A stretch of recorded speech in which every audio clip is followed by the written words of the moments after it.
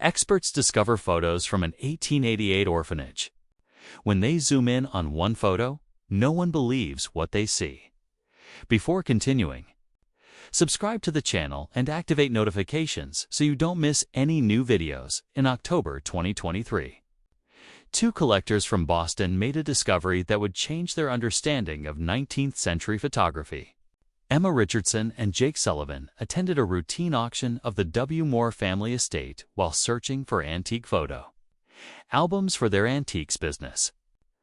Lot 247 seemed ordinary. 6 Victorian era. Family albums for $350. While examining their purchase, they found something unexpected: a black leather album with worn golden letters reading St. Mary's Children's Home, 1888. When they opened it, the pages crackled, revealing sepia photographs of orphanage children. The children were posed in orderly rows, dressed in simple uniforms, their faces serious according to the photographic conventions of the era. These photos are typical of 19th century charitable institutions, Emma commented as she turned the pages. She had seen hundreds of similar images orphans, documented for administrative records or donation campaigns. But on page 23, something caught her attention. A group photograph showed about 40 children standing in front of a brick building. The image appeared normal, yet something in the background troubled her. Looking closer, she noticed one child with a strangely modern expression. "Jake, look at this child in the back," Emma said, pointing. "His posture and expression don't fit the era." Jake examined the photograph. The child had a casual, relaxed smile, unlike the formal seriousness of the others. His eyes looked directly at the camera with a confidence uncommon for institutionalized children in 1888. "It's strange," Jake admitted, "but maybe he was just naturally photogenic." Still, Emma couldn't shake the feeling that something was off. The search for truth had begun. They digitized the photograph in high resolution to study it in detail. On the computer, they enlarged the image and examined every detail closely. What they discovered left them perplexed. The child not only had an anachronistic expression, but he also appeared to be holding something that didn't belong in 1888, a small rectangular object resembling a modern device. "This can't be real," Jake murmured while adjusting the contrast. "Is that a cell phone?" Emma studied the object carefully. It was small, rectangular, and appeared to have a smooth, shiny surface. Although the quality of the 1888 photograph limited clarity, the shape looked unmistakably modern. "It can't be a phone," Emma reasoned. "But it's definitely not something from the 19th century." They searched for rational explanations: a small photographic plate, a pocket mirror, or an artifact from the developing process. Yet the more they examined it, the more convinced they became that the object was anachronistic. They consulted experts in historical photography. Dr. Robert Chen, a professor of photography history at Harvard, agreed to examine the image. After detailed analysis, he confirmed the photograph is authentic to the period. The materials, the developing technique, the type of paper, everything corresponds to 1888. There are no signs of later digital manipulation. "But what about the object the child is carrying?" Emma asked. Dr. Chen frowned. "It's unusual. I don't recognize what it could be in the context of the era. However, old photographs sometimes capture objects that appear anachronistic due to image quality or light effects." His explanation didn't fully satisfy Emma and Jake. They decided to investigate St. Mary's Orphanage to better understand the photograph's context. The investigation would reveal secrets hidden for more than a century. Emma and Jake visited Boston's historical archives to research St. Mary's Children's Home. Archivist Margaret Foster provided a box of documents related to the orphanage. St. Mary's operated from 1875 to 1923. It was a Catholic institution. that housed mostly orphaned and abandoned children from the Boston area. The records showed basic information. The orphanage typically housed between 80 and 120 children. It was run by the Sisters of Charity and funded by private donations and municipal support. But while reviewing the documents more closely, Emma found something disturbing. An 1889 inspection report mentioned irregularities in children's records and discrepancies between the number of residents reported and those observed during visits. "What kind of irregularities?" Jake asked. Emma read aloud. During the inspection of March 15, 1889, approximately 45 children were observed in the dining room. However, official records listed only 38 residents. When questioned about the discrepancy, the Mother Superior explained that some children were visiting potential adoptive families. Another document from 1890 recorded complaints from families who claimed that children adopted from St. Mary's displayed strange and inexplicable behavior. One father wrote, "My adopted son seems to know things a child his age shouldn't know, especially about current events and technologies. It's strange." Jake remarked on how unusual it was that an orphan child from 1890 could know about the technologies of the era. The investigation grew more intriguing when they discovered the personal diary of Sister Catherine Alley, who directed the orphanage from 1885 to 1895. "Some of our children are different," she wrote in 1888. "They possess knowledge and behaviors that do not correspond to their upbringing. It is as if they had lived previous, more complex lives." Emma and Jake exchanged looks. Was she implying that some children were not what they appeared to be? They continued reading.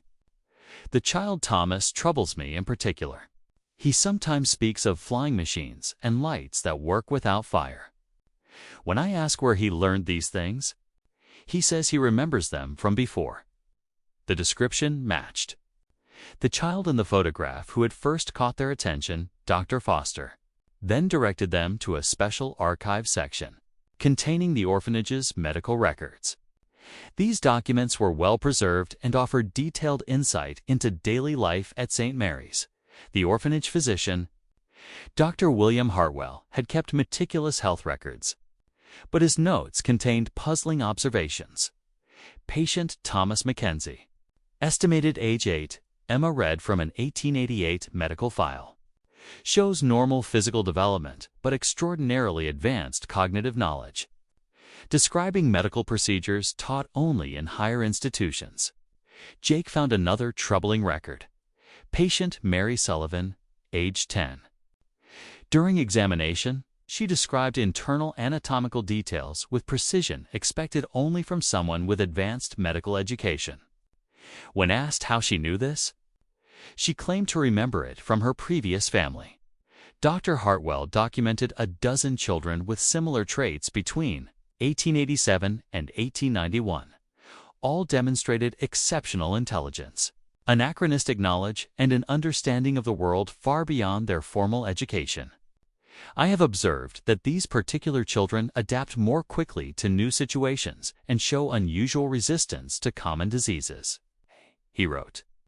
"It is as if they possess prior experiences that prepared them for institutional life." Even more disturbing were Hartwell's notes that these children often disappeared without explanation. Of the 12 children with exceptional characteristics, only 3 were officially adopted. The remaining 9 vanished from the records without documentation of adoption or transfer. Thomas Mackenzie no longer resides in the institution as of October 20, 1890. One note read, "There are no records of adoption or transfer. Sister Ali indicates that a family came for him, but I cannot locate corresponding documentation."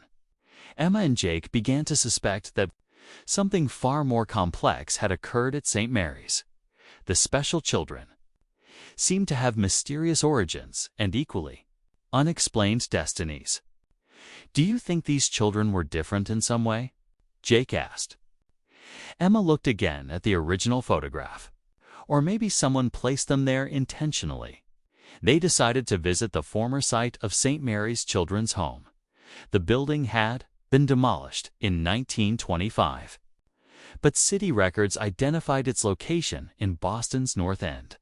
A modern condominium complex now stood there, with a small commemorative plaque briefly noting the orphanage's existence. While they examined the plaque, an elderly local resident, Michael O'Brien, approached them. "My grandfather lived on this street when the orphanage was still here," he said. "He always told strange stories about that place." Emma and Jake were immediately interested and asked, what kind of stories? O'Brien explained that his grandfather sometimes saw children entering and leaving the building at odd hours, children who didn't dress like the others, and that lights were occasionally visible in the windows long after everyone should have been asleep. He invited them to his home to show them family documents. His grandfather, a local merchant, had kept detailed notes on neighborhood activity. Here, O'Brien said, opening a diary dated September 15, 1889. Again, I saw unknown children near the orphanage after nightfall. They wore clothes I do not recognize and seemed to be waiting for something or someone. Another entry read, the children I see during the day are different from those who appear at night. The nocturnal ones seem more aware of their surroundings and less institutional in their behavior. When Jake asked if there were more records, O'Brien brought out a box of family papers containing correspondence between his grandfather and other merchants in the area.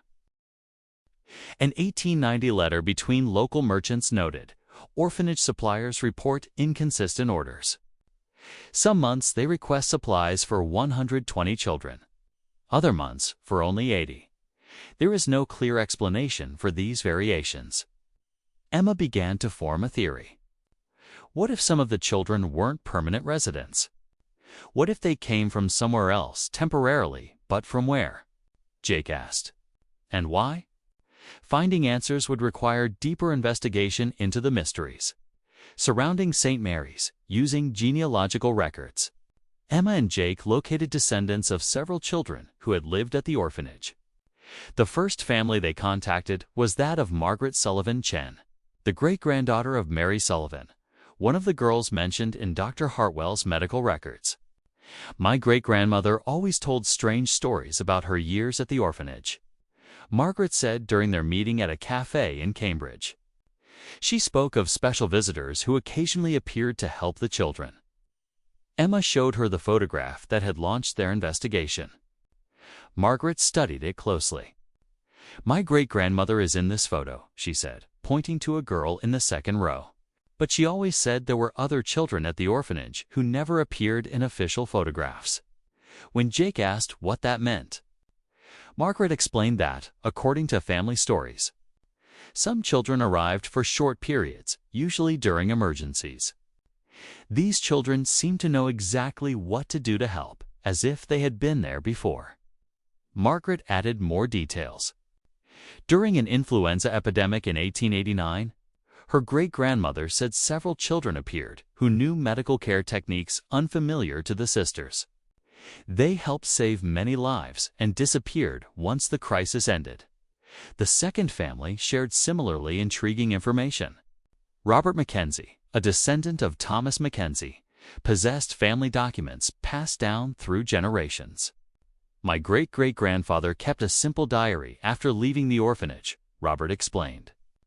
He wrote about his memories of St. Mary's, including children who appeared during emergencies. Thomas Mackenzie's diary, written in 1920, described children who arrived on difficult nights and new methods to preserve food longer and heat dormitories more efficiently. When asked where they came from, they said only that they were from other institutions. Without specifying which ones, the third family provided the most significant piece of the puzzle. Jennifer Alley Walsh, a descendant of Sister Catherine Alley, had access to the nuns' personal documents that were never officially archived. My great-great-grandmother wrote private letters to her sister about events at the orphanage, Jennifer explained. They were never meant for official records. So they're more honest about what was happening. One 1888 letter revealed, "Dear sister, I must tell you about the special children who occasionally appear here. They come without official documentation, but always when we need them most. It is as if someone knows exactly when to send them." Another letter stated, "These children not only possess advanced knowledge, but seem to understand our needs before we express them. It is as if they studied our situation in detail before arriving." With all this evidence, Emma and Jake began to develop a theory about what truly happened at St. Mary's Children's Home. They met with Dr. Robert Chen from Harvard to discuss their findings. "The patterns are consistent," Emma said, showing a timeline they had created. Every time the orphanage faced a crisis, epidemics, food shortages, financial problems, children with the exact knowledge needed appeared.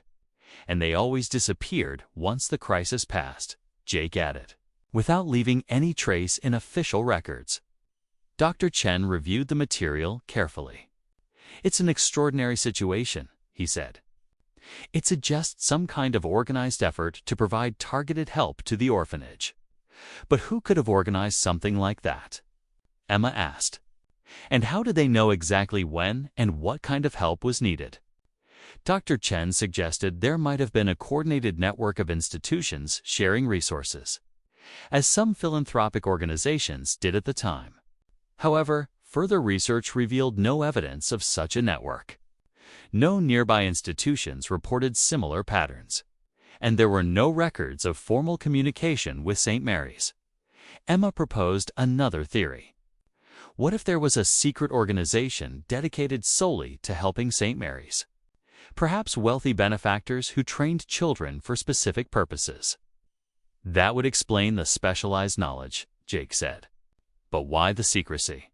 And why only St. Mary's?" Their review of financial records revealed another clue. Between 1887 and 1892, the orphanage received significant anonymous donations that always arrived shortly before, or just after the crises they had identified. Someone was monitoring the orphanage very closely. Emma concluded closely enough to know exactly when and what kind of help to send. Dr. Chen suggested taking the investigation further by examining records from other institutions of the era and looking into wealthy Boston families who might have had the resources. To organize such an operation, their theory began to take shape. A well-funded, organized group had been operating in secret, providing targeted assistance to St. Mary's by deploying specially trained children on short-term missions. Emma and Jake expanded their research to include records from other Boston charitable institutions of the same period. They visited archives of orphanages, hospitals, and schools, searching for similar patterns. What they found was revealing. Boston Children's Hospital reported the occasional appearance of young volunteer assistants during medical emergencies between 1888 and 1893. These youths demonstrated advanced medical knowledge but vanished, without leaving employment records. An industrial school for girls documented visits from exchange students who taught more efficient sewing and cooking techniques. Yet no records identified where these students came from. "It's a pattern," Jake observed. Someone was sending trained young people precisely to institutions that needed help. Their search into wealthy Boston families led them to the archives of the New England Philanthropic Society, a private organization that coordinated charitable efforts among the region's richest families. Within its records, they discovered references to a specialized assistance program directed by an anonymous committee of benefactors. The program selected and trained young people to deliver specific aid to struggling institutions. The specialized assistance program has shown remarkable effectiveness in resolving institutional crises. Emma Reed from an 1891 report. Program participants receive intensive training in specific skills before being assigned to short-term missions. Jake uncovered additional details. Participants were chosen for exceptional intelligence and adaptability, and their training included accelerated education in basic medicine, food preservation, teaching methods, and crisis management. The program reportedly operated from a private estate on the outskirts of Boston, though its exact location had been redacted from the documents. "This explains everything," Emma said. The special children at St. Mary's were participants in this secret training program. Dr. Foster, who had been assisting with the research, provided crucial historical context. During the 1880s and 1890s, many wealthy Boston families sought to professionalize charity. They viewed traditional philanthropy as inefficient and favored more systematic, scientific approaches. The Specialized Assistance Program, she explained, was likely a product of that philosophy, investing in trained individuals rather than simply donating money. Emma and Jake eventually identified the property where the program had operated. Land records showed it belonged to the Thornton family, one of Boston's wealthiest dynasties of the 19th century. The land, now a state park, still contained the foundations of several buildings demolished in the 1920s, with permission from park authorities. They conducted a limited archaeological excavation. They uncovered physical evidence of the program, including buried educational materials such as advanced medical textbooks, food preservation manuals, and teaching guides, all dated between 1885 and 1895. Even more significant were photographs showing the program in operation. The images depicted young people the same age as the children from St. Mary's, engaged in intensive training, medical instruction, cooking practice, and problem-solving exercises. "Here it is," Jake said, pointing to a photograph of about 20 young people standing in front of a training building. "These are the special children from St. Mary's." Emma recognized several faces from the orphanage photographs. They were not ordinary orphans, they were students in a philanthropic training program. The final documents revealed the full structure of the operation. Participants were selected from regional orphanages for their exceptional intelligence, taken to the training center for periods ranging from 6 months to 2 years, and then assigned to specific missions. Program graduates will be temporarily inserted into institutions facing particular crises. Emma read from a manual. Their specialized training will allow them to provide effective solutions while maintaining their cover as ordinary residents. Once a mission was completed, graduates were either placed with carefully selected adoptive families or returned to the program for further training. The program operated successfully for nearly a decade before being discontinued in 1895. Records showed that changes in child labor laws and growing public scrutiny made it impossible to continue. "It's brilliant," Jake admitted. They used the existing orphanage system to conceal a specialized crisis response training program. Emma studied the original St. Mary's photograph again, focusing on the child holding the strange object. It was likely a tool or instrument he had learned to use during his training. What had first appeared to be a supernatural mystery was instead an innovative social program that had quietly operated during America's Gilded Age. Emma and Jake presented their findings to the Boston Historical Society at a conference attended by historians, genealogists, and descendants of families connected to St. Mary's. Their research uncovered a previously unknown chapter in the history of American philanthropy. The Specialized Assistance Program represents an early experiment in what we now call evidence-based philanthropy, Emma explained. Rather than traditional charity, these families invested in systematic solutions to social problems. Dr. Foster added further context, noting that the program anticipated modern approaches to social work and crisis management by decades. These participants were essentially specialized social workers, trained long before the profession formally existed. She said, descendants of those involved responded with a mix of pride and surprise. Margaret Sullivan Chen remarked, "Now, I understand why my great-grandmother always said her time at St. Mary's was special.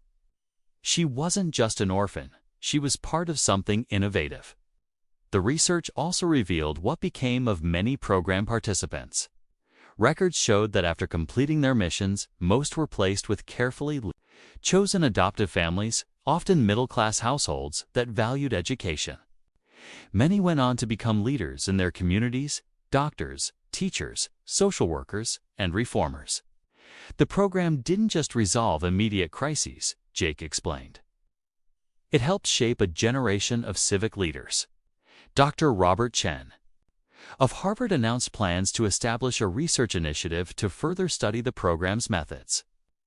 Noting their potential relevance for modern disaster response and humanitarian work, Emma and Jake donated all photographs and documents to the Smithsonian, where an exhibition on philanthropic innovation in 19th-century America was created. The original St. Mary's photograph became the centerpiece. This research reminds us that history is full of innovators working outside traditional systems. Emma reflected at the exhibition's opening. The Specialized Assistance Program was decades ahead of its time. Jake added, and it shows that some historical mysteries have extraordinary, yet entirely human explanations. The photograph that launched the investigation now hung in the museum with a new plaque, St. Mary's Children's Home, 1888. It documented both ordinary orphanage residents and participants in the Specialized Assistance Program, an innovative philanthropic effort that trained young people to resolve institutional crises. The child holding the once mysterious object was identified as Thomas Mackenzie, who had received specialized medical training and was sent to St. Mary's during an influenza epidemic. The object in his hand was a primitive medical instrument he had learned to use during training. The story of St. Mary's ended not as an unsolved mystery, but as a testament to the ingenuity and dedication of philanthropists who worked in secret to improve the lives of society's most vulnerable. Their legacy lived on through generations of public service, and in the lessons their methods continue to offer modern humanitarian efforts.